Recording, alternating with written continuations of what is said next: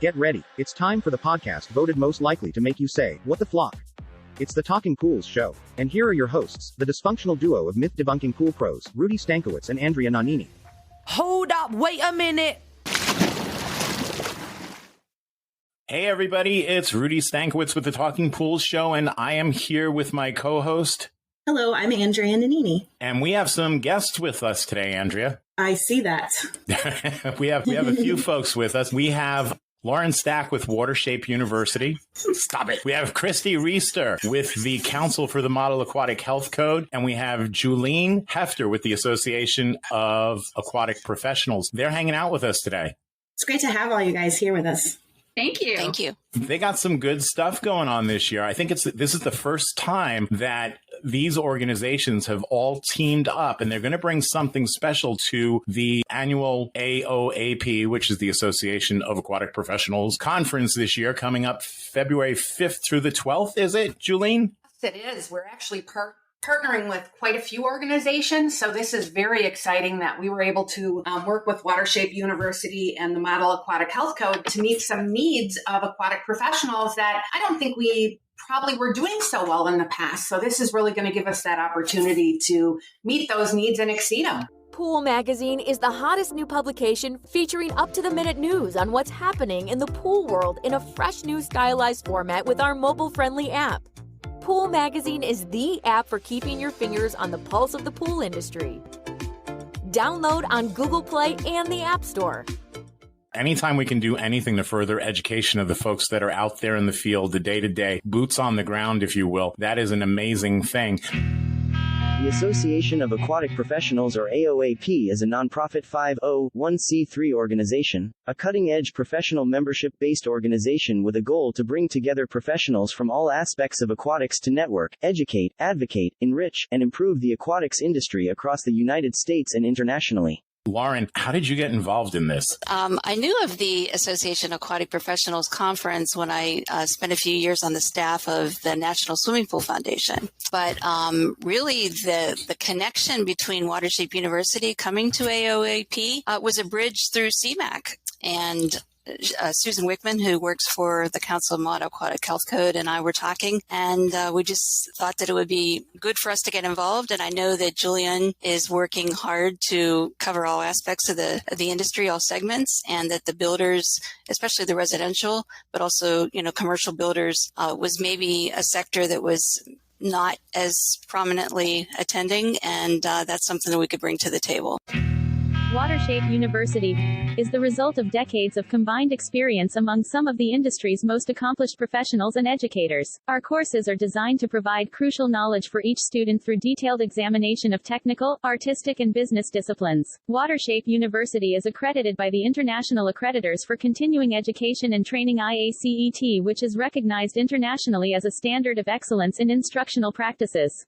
Christy, how did you get involved? I started my career in aquatics, and that's how I met Julene. So I've known Julene since I was just getting started. Gosh, it's probably been at least 20 years. So I have worked closely with her with NRPA and have also now attended AOAP and spoke at AOAP for the last couple of years. And one of the things that her and I have talked about was this need to bring the public health group that we work so closely with the CDC, with CMAHC, to bring them together with the industry professionals, the people that are running pools, managing pools, the people that are coming to AOAP, and getting everybody, and as like Lauren said, and just with getting the builders and, the people that are designing pools, and get everybody in the same room so that we can have one conference where all of the needs are met, all the industries come together. We can have, we're having an amazing MAC track that we're doing in partnership with AOAP and Watershape to bring these, folks together, these speakers together, because, Lauren has her certain connections that we maybe don't at the CMAHC. And, we have all these public health professionals. And I know that, in talking with Julene, it was like, yes, we definitely need more of a public health presence at the conference. And I think a lot of us know in the industry, especially when it comes to court cases and lawsuits, the MAC is what is being referenced in these cases. is. And absolutely. Yes, that is what is being referenced, and people need to know what that is. And so, and I know Julian has done a great job, and there have been a lot of other speakers that have come to AOAP spreading the message of the MAC and sharing the MAC. And so a lot of people are familiar with it, but we really want to bridge that and bring aquatics people that are out there running the facilities can get together with the people that come to inspect their facilities, because I think a lot of times there's a disconnect there and you get so worried. It's, oh my gosh, the health department's here. And so that they can kind of talk about what the public health side is looking at and what, like what those expectations are, and that they're all on the same page. So I agree 100%. Yeah. When talking with Susan, who connected us, with Lauren at Watershape, it was like, we need to get Julian involved and have a bigger conversation. So that's kind of how we got here. The Model Aquatic Health Code, or MAHC, is a guidance resource owned by the CDC and based on the latest science and best practices to help ensure healthy and safe experiences in public pools, hot tubs, and water playgrounds such as those at apartment complexes, hotels, gyms, and water parks. MAHC guidelines are all-inclusive and address the cutting-edge design, construction, operation, and management needs of today's public aquatic facilities. Health jurisdictions can voluntarily use all or parts of the MAHC to create or update their codes to reduce risk for outbreaks, drowning, and pool chemical injuries. Aquatics sector leaders can also use the MAHC guidelines in their facilities even if the jurisdiction has not yet adopted the MAHC. When I saw which organizations here, Watershape University, Association of Aquatic Professionals, and the Council for the Model Aquatic Health Code, the CMAHC, coming together, my first thought they dovetail so nicely together. It just makes perfect sense. Now, this conference we're coming up, Julian, this is the 11th year we've had it? This will be our 11th year, and we're really excited because one of our main goals for AOAP is really to collaborate and partner with as many groups as possible. We want to be that one-stop shop for those aquatic professionals, commercial entities, health inspectors, builders, engineers, whatever it may be. And we want to make sure that we're meeting all those needs. And when Christy and I started talking, she'd said, we've known each other for a long time. So we've worked together on so many different things. And we want to make sure that we are offering things from the brand new aquatics director or recreation supervisor or someone that just gets thrown in to run aquatics. And we hear that a lot. I mean, I teach pool operator courses. I've been involved on a lot of different councils, committees, and I'm also an expert witness for a lot of court cases. And like Christy said, we're using that Model Aquatic Health Code all the time. So when we look at what we can offer during the conference, we are looking at all facets of aquatics, from drowning prevention, executive development leadership, programming, staff development, the Model Aquatic Health Code, health inspectors, university NERSA track, risk management, legal liability, and diversity and inclusion. And we're really trying to make sure that we just can meet all those needs. And this partnership coming about, we're so excited about it because, again, it just really bridges that gap, like Christy said, because we weren't seeing enough of this. And the people that need to use this code are the builders from that might be attending and participate in Watershape University educational opportunities, and the health inspectors, but also those operators of those facilities. And we talk about the code all the time, but really getting in depth into it via everything they're going to be bringing to this conference is just mind-boggling. I'm just so excited about it, and our board is, and our conference committee is, and our booklet comes out tomorrow, and we've got over 90 different sessions. Oh, that's amazing. And then we've got a partnership with Diversity in Aquatics, who's offering their convention towards the end of our conference, and we've got future partnerships coming up that are going to be adding more. So it's really going to meet that one-stop shop atmosphere for anybody that's involved in any portion of aquatics. When is this conference? We are starting, it's February, typically February. Next year, we start February 5th with some pre-conference workshops. The full conference starts on the 7th and goes through the 10th. And then we have Diversity and Aquatics Conference that starts the night of the 9th and goes through the 12th. And that you said that's in February? That's in February, and we are in St. Pete's Beach. Nice. Yes, we're at St. Pete's Beach, right on the beach at the Tradewinds Island Grand. We've got great room rates at $180, which includes the resort fee. And typically those rates can be $400, $500 without the resort fee per night. So it's a great deal. Heck, you could just want to go to get the heck away and go to some warm, nice weather and lay on a beach. So for anyone that hasn't attended one of these conferences in the past, aside from the great things you just mentioned, why else would someone want to attend for next year? Well, I think a big part of it for next year is hopefully we can get everybody together. We've really been missing that, and we're really hoping that we get a great group of individuals. We will be following CDC guidelines and anything that we need to do to, of course, make people safe. But I think it's really about the networking opportunities. We have all these great educational opportunities. Again, it's going to be great for anybody that is just starting out to somebody that's a seasoned professional. It's a great networking opportunity to get together with everybody from all around the nation. We normally have a lot coming internationally as well. We don't know if we'll see that next year, but we typically do. But it's about meeting and making those connections. And Christy mentioned it. We met 20 some years ago, and we've been great professional colleagues. We've become great friends. We can contact each other whenever we need anything or have questions. And, that's what going to these in-person conferences is all about. We provide CEUs, so we've got continuing education units that people can use towards renewing their pool operator certifications, towards their professional development for a lot of different certifications they can use them for, and towards our aquatic professional designation that we have as well. That's very exciting for people to do. But I think it's all about that overall experience that you get. And we have typically anywhere from 85 to 130 companies that also exhibit at our show.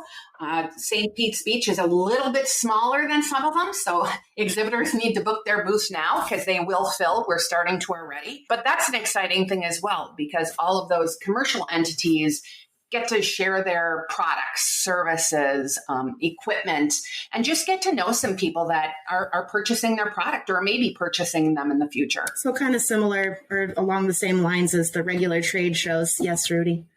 I was going to say, you and I could easily have a booth over there in St. Pete's Beach. That sounds fun. I'm not going to lie. I love a good trade show. So, this sounds like right up my alley. And I do a bunch of commercial. Shh. Who are you shushing? Who the did you shush?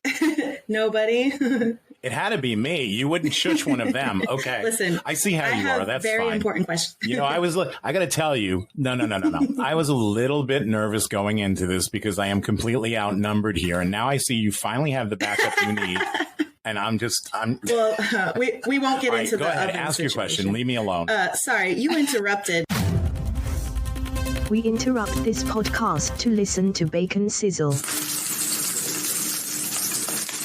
No, I was saying that I'm doing a bunch of commercial pools now, so I feel like I have a place. I should be here. I should come and see what it's all about. And absolutely. Honestly, we have, from anybody that's doing those commercial pools or entities and our commercial companies, we will hear from everybody that it's the best educational show they've ever been to, but also the best networking. We like to have fun. We're aquatic professionals. We're passionate about what we do, no matter where you come from, but we love to have fun. We like to provide those opportunities to people. So we do a lot of different things. And we're kind of in the process of planning those things as well. But it's something that I think everybody gets something out of and can just truly enjoy it. Again, the free time that we provide, so you can hang out on the beach if you want, the social activities, the meals.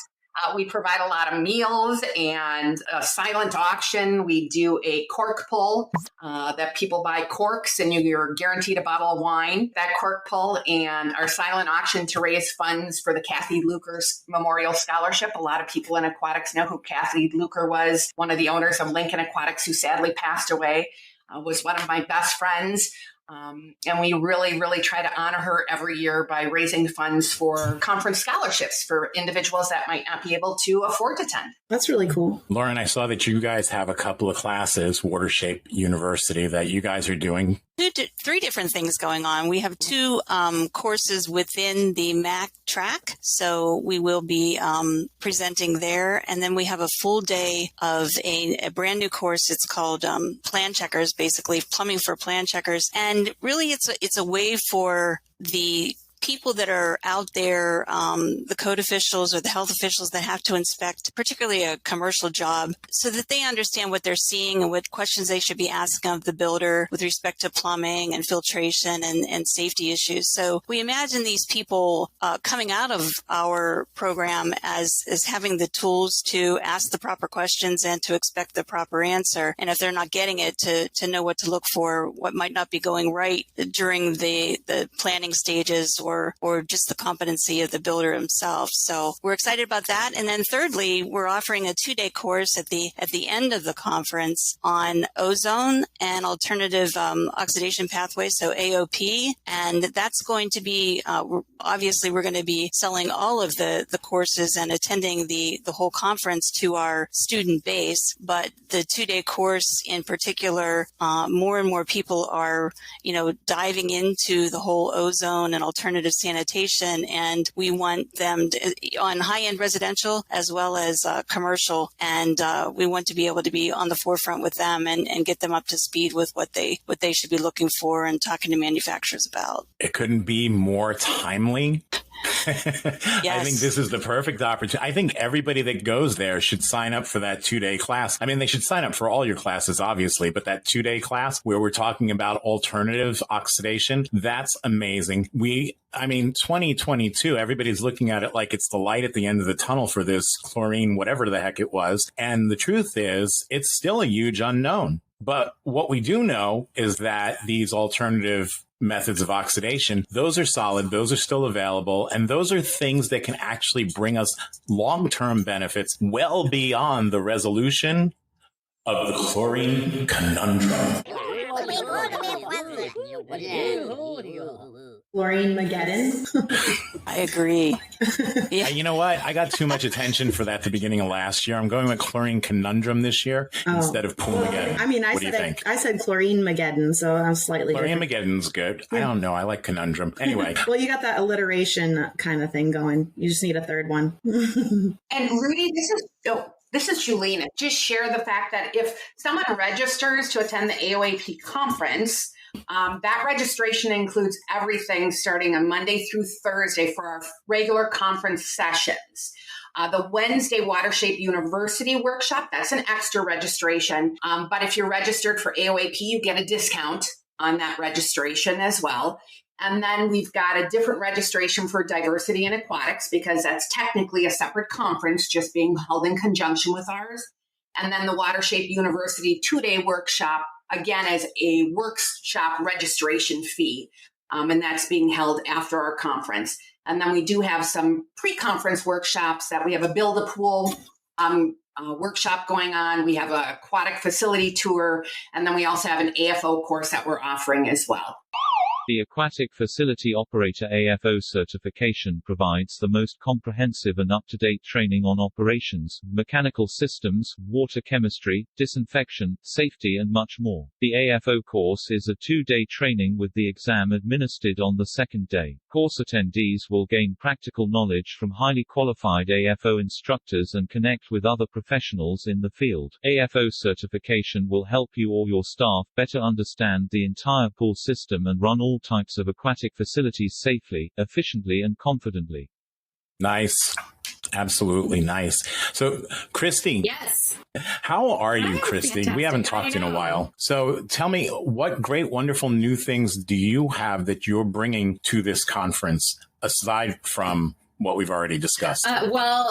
Really what we're doing is bringing the public health folks that we have great standing relationships with, that we work with all the time, to, bring their sessions to the MAC track. Of course, I'll be speaking, and I'm doing a session on demystifying the MAC, how to make it easier. I know, especially a lot of people in managing pools. It can be really overwhelming. Oh my gosh, what do I look at? Where do I go? So I'll be talking a lot about the mini MAHCs that we have and, how to focus on, where to find the information and how to make it not so daunting. But of course, our, technical director, Dewey, will be there. I like Dewey. Actually, our entire team. Dewey's a good guy. Yeah, I do too. He's fantastic. He's so knowledgeable. It's incredible. I learn so much every time I talk to him. And so, so we're just, and then we are still working on our indoor air quality study, our partnership that we have with Purdue University, and still working on we're in the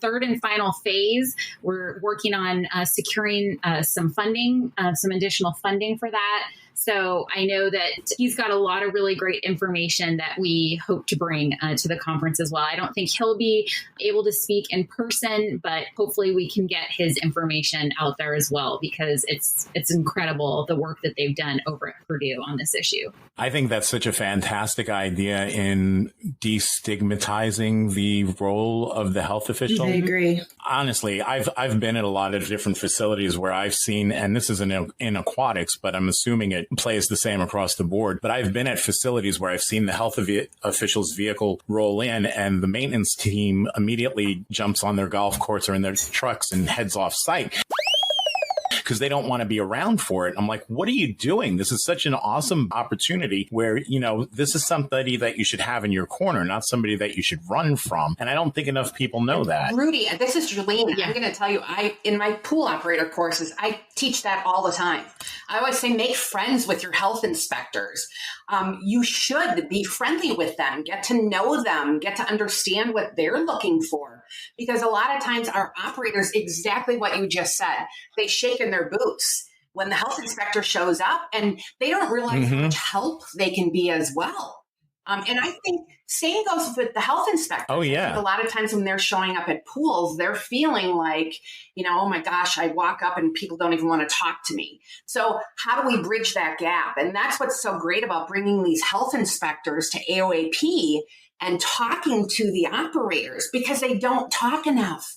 So we want to get them together. And that's the whole thing about these collaborations. And I know you can tell I'm excited about it because it's just every single collaboration or partnership we come up with just improves aquatics as a whole for everybody. I'll tell you, when I've done a bunch of different things in the pool industry, but when I had my service company, I always made sure that I had a stellar relationship with my health officials, the folks that would inspect my pools, so much so that my health official, she actually had my cell phone number in her phone. And if there was ever a problem at any of the pools that I took care of, I'd get a phone call. I mean, I don't care if it's the Friday of a holiday weekend or not. I'd get a call that says, hey, Rudy, I'm over at such and such a facility, and I took care of a lot of student housing. And it'd be something along the lines of like, there's a ring buoy missing. Can you get one here before I leave so I don't have to close the pool? And I'd be like, yeah. And I want those opportunities, And I think they do also. How cool is it to not have your pool closed on a weekend? I had not the same thing, but I had a very similar experience where I got a phone call from the management office and they're like, the health inspector's there. There's just a couple things. And I was like, yeah, no, I'm actually like right across the street. So I went back and so I was able to take care of all of the issues that she had. So she didn't have to close the pool. She didn't have to come back, and it was I don't know, it was a pretty decent experience for me. Like she didn't bite me. So, it was like you said, I was able to prevent the pool from being closed, and it was just a couple minor things. So it's really not a big deal to, like everybody's saying, get to know them, and build a relationship, and then and you didn't get bitten. That's the most important part, I think. Not by the health inspector that day. So why does the Watershape University, why did you guys decide to offer education at the conference, the AOAP conference? For several reasons. First, we really support the Model Aquatic Health Code. We put those priorities that are set into the code into our curriculum, and we talk about it, and we tell people that it's available and they need to understand it and know it. And so it's a very integrated part of all of our programs. So when the opportunity came for us to offer a few sessions within the MAC track, we really jumped on it. And just forming that bridge that we've all been talking about, understanding that the pool industry is so blended, between residential and commercial, and even more so as we've moved into really high-end residential pools that challenge the size of what you might find in a commercial setting. So there's just a lot of overlap, and our people do both things. And so being part of the commercial community and bringing them with us into the realm where the aquatic facility managers live and come to the conference was really important for us to be there and to help form that bridge and get those people over. And as Rudy was talking about, the whole AOP and alternative sanitation and UV and ozone, those are becoming used more and more often. And so the service people need to understand what that means to their businesses, and they need to be kind of brought up to speed on what the builders are putting into their pools so that they can be serviced by people moving forward once they leave that job site. The 2 sessions we're offering have to do with pool geometry and what you can and can't do according to the code. Dave Peterson likes to press the envelope, not from a safety standpoint, never from that standpoint, but just to put some fun into our commercial pools. He thinks, it's silly if you have a pool that can have a fun detail that is not going to go against code. Let's put it in there because that's what people are used to more and more on the residential side. And then the chemical storage and equipment rooms and just making sure that those are up to code and everything is being followed. So those are the 2 segments that we'll be addressing within the MAC track. Christy, you have some competition out there. There's this other code. How's that affecting your day-to-day and what you do? Right now, I guess, is there a battle for market share? What's going on with that? Or would you like to just completely leave this question out? No, that's fine. I have a great relationship with PHTA. I've built a relationship with their executive director, Sabina Hickman. And they use pieces from our code in their code. And that's what the MAC is all about. That is what, the original vision from the CDC was all about was, getting people to use the MAC. So, and we have worked really hard. It's the International Pool and Spa Code is what you were referencing. And, we have a committee. It's on pause right now, waiting some updates of the codes, but we have a harmonizing committee that we work together to make sure that the codes are as aligned as possible. And they have adopted pieces of the MAC into their code as well. So,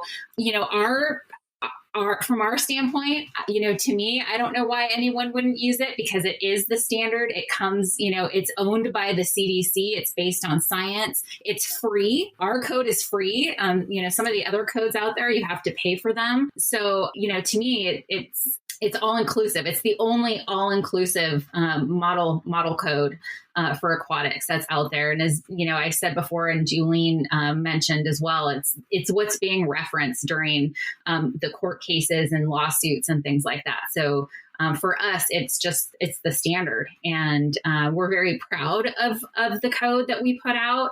We work really hard, every 3 years to get it updated with the latest science, making sure that it makes sense. We're working to try to make it a little bit, more user friendly and easier for people. I know it's really large, but it's got everything you need in there. So we're looking at ways to make it a little bit easier for the user.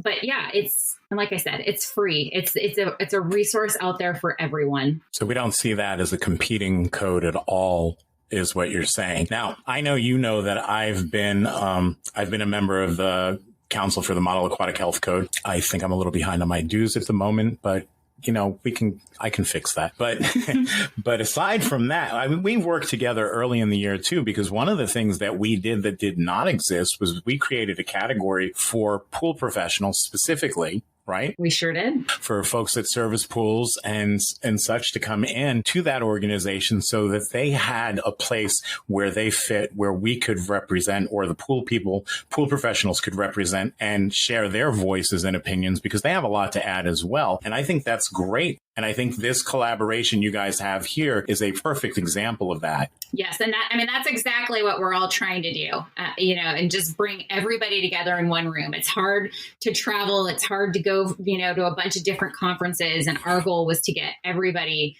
together in one place. And Julian has done a great job bringing in, like she said, and their expo's fantastic. You're going to, there's just so much there for everybody. All their pre-conference events, their post-conference events, the partnerships that she has built with people in the industry it's phenomenal. So, and I'm sorry, Lauren, I didn't mean to interrupt you. I'll let you chime in. Yeah. I just wanted to add, what we at Watershape University like about the MAC code in particular, and it's the product and also the process. So from the product standpoint, the fact that it is a consensus of all segments of the industry where you take input and it's an open forum for people to submit change orders. It's an inclusive code. And so that we like. And from the process standpoint, it's also very deliberate. You have a 3-year cycle. You submit change orders. It goes to committee. The research is done. It's deliberated. It's brought before the whole committee for a vote. I mean, it's a very understood process on how things flow and repeatable. And so that to us is just what makes a code reputable and why it should become the Bible for the industry and the resource that it has become and is becoming for many more as we move along. I know you guys are all aware that yesterday the World Aquatic Health Conference pulled the plug on their live face-to-face conference that was to be in Houston. What is your backup? Do you have a backup plan? Are we going to go forward no matter what? Or where are we at with that? What are your thoughts there?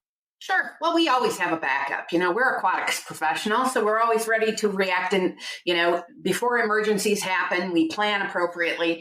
What we are doing are a number of things. We are, first of all, there's going to be at any given time, there's going to be a virtual option that anybody that is not able to attend in person, they will be able to sign up for a virtual option. And they will be able to choose one of 3 live virtual sessions going on at any given time during our regular conference.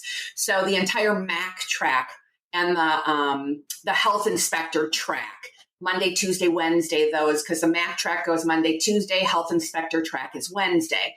So those tracks will be available as a virtual option that they can watch live. We will also have 2 other sessions per time spot that will be also offered as a live virtual option that people can sign up for if they're not able to attend in person. We do have an entire backup plan that we could go virtual the entire thing in 3 days if we have to. We are planning on it if we can right now. I'm optimistic. We are planning on being in person, hopefully, no matter what. At this point, we will follow all CDC guidelines.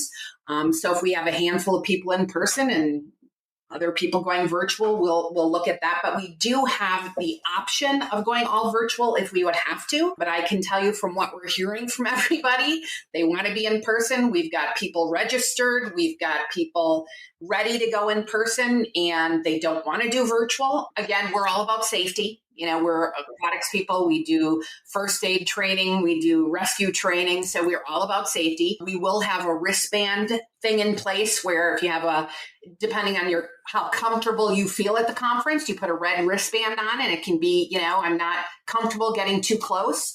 Yellow will be, 3 to 6 feet is good. Green's going to be, come on in for a hug because I'm ready. And that's what I'm wearing because I'm all ready to get back in touch with people because I'm a hugger and I miss that. And then if there's CDC requirements, people are very welcome to wear masks. They might be required. We don't know at that point.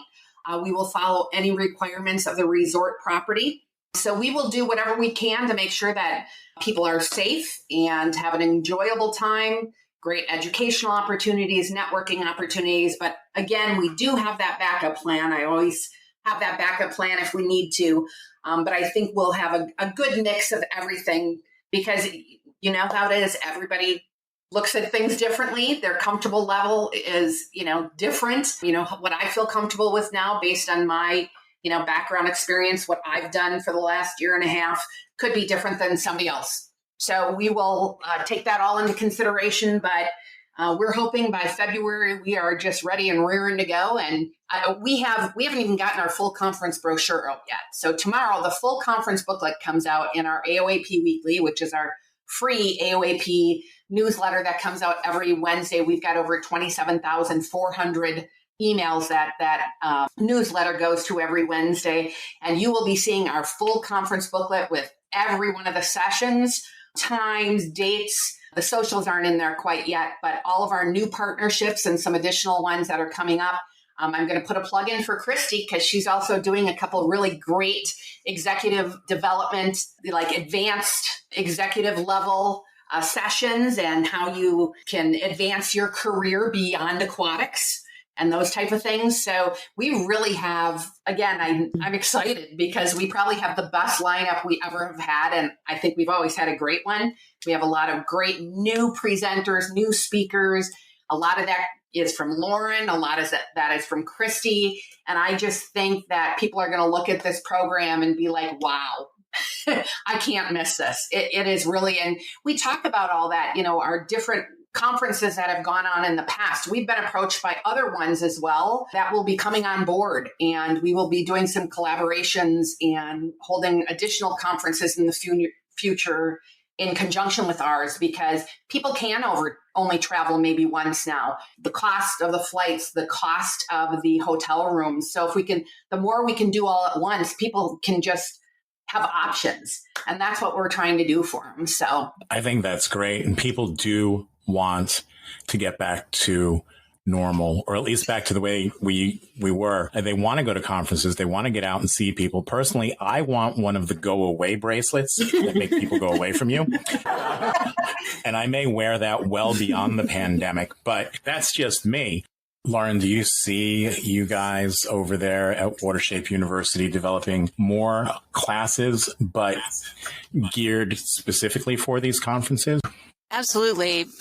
Really, what we're doing at Watershape University is putting a lot of our basic content online so that people can get basic pool construction, basic fluid engineering at their own pace and all that. And what we want to reserve our in-person education for are the higher end, more technical and more experienced classes and more experiential kind of events, which we find that our students really like. A premium destination like we will have at St. Pete Beach, and also tours, whether it's related to Frank Lloyd Wright installations and all that, tying our education to places that the builders might not normally go to, so that they get a experiential part of their whole educational process. Nice. And Christy, where do you see the future of this relationship, this trio we have here going? I mean, this is the inaugural event, right? This is the first time that you three folks, organizations have got together to put together, I'm going to call it advanced educational opportunities, if that's cool with all of you guys, but to offer something like this. What's the future of this, Christy? I mean, I just see it, definitely continuing, growing, building on it, every year bringing, something, hopefully maybe more advanced, maybe even, one of the things that we've been working with and talking with Lauren and the team over at Watershape University is, developing courses together and opportunities together. That's, something that's really, important for us at the CMAHC is, making our membership more valuable to our members, not just, come voting time and, conference time, our triennial conference, but, how can we keep everyone engaged all year round, every year, and not just when the change request process is happening, and what kind of educational opportunities can we offer our members and things like that. So, we're working really hard to continue building this relationship to, hopefully be able to offer courses in partnership, maybe a certification or, some other higher educational opportunities.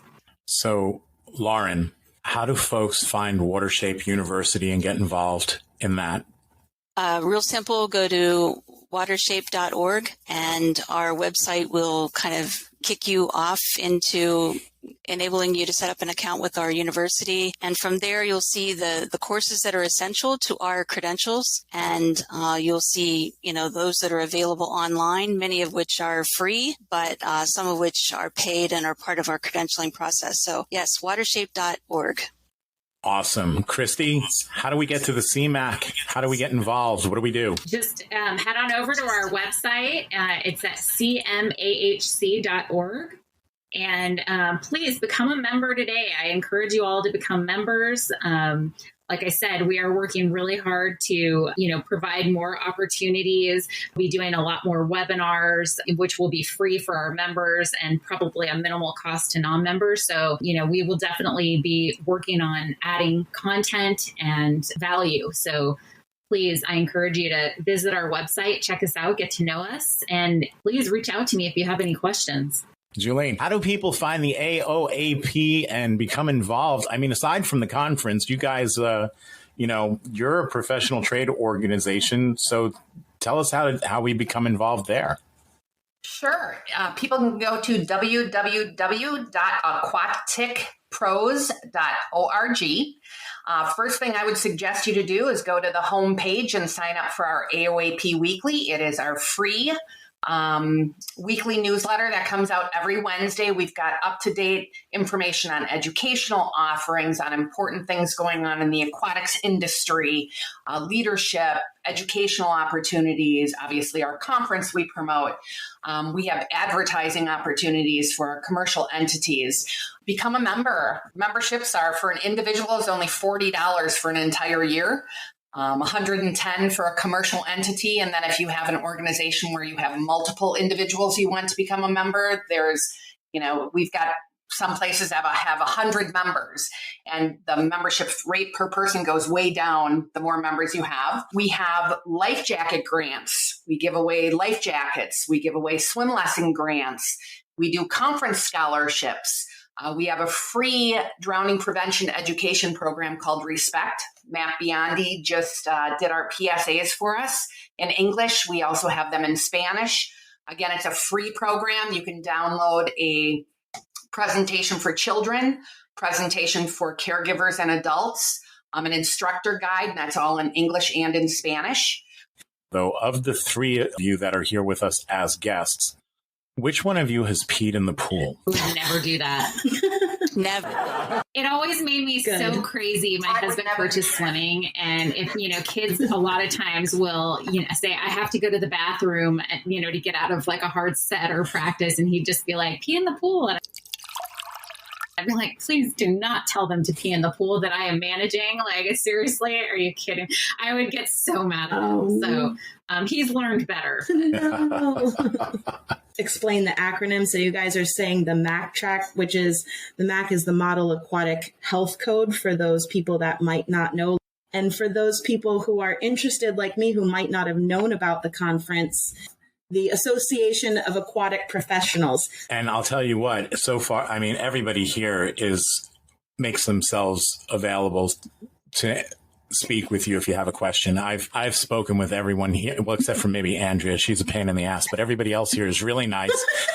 And, but excuse me. Andrea, did you have any other questions for these amazing people that have joined us today? No, I was going to ask them all their, if they wanted to go through all their websites, but you took care of that. You took the words out of my mouth. All right. Anybody else have anything that you want to say, anything you want to get off your chest before we say goodbye to one another? This is Christy, and I would just say to you, you can also find us on Facebook. So you can just search for CMAHC, CMAHC, or Council for the Model Aquatic Health Code on Facebook. And please like and follow us. Well, there you go. Everybody find each one of these organizations. They each have amazing things on their own to offer to the industry, aquatics, pool professional, whatever, both. And then as a collaboration, I just can't wait to see what comes of this. I'm really kind of excited about it. And I'm sure, Andrea, you are as well. You look excited. Of course I am. So of course I'm excited. Like I said, I feel like I have a stake in this, so I'm totally interested. All right, cool. Yeah. So that works. So, all right, everybody go away. Thank you so much. Yeah. Well, we hope to see you, Andrea and Rudy, at the conference. It's going to be amazing. Check the mic and make sure it sound right, boys.